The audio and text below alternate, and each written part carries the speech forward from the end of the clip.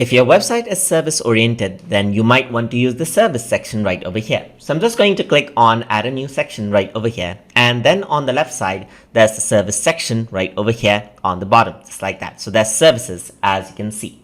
So over here, there's different layout that you can choose from. So let's just go over here and choose the section that I want to provide with. So let's say, for example, I want this layout right over here.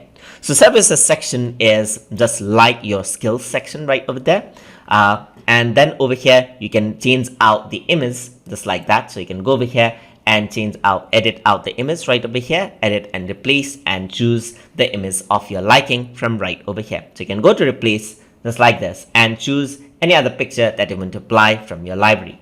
You can go over here onto service and type in, for example, right over here, there's services, as you can see. So I'm just going to say graphics designing right over here, which is one service right over here, and then okay, committed to quality. That seems fine, just like that. So you can go for graphic designing, you can add in other services right over here, and then you can also go back and add in more services. So you can add an item right over here, and then more services will be added in just like this, as you can see. You can also go to section design and choose different layouts from the choices which are given right over here.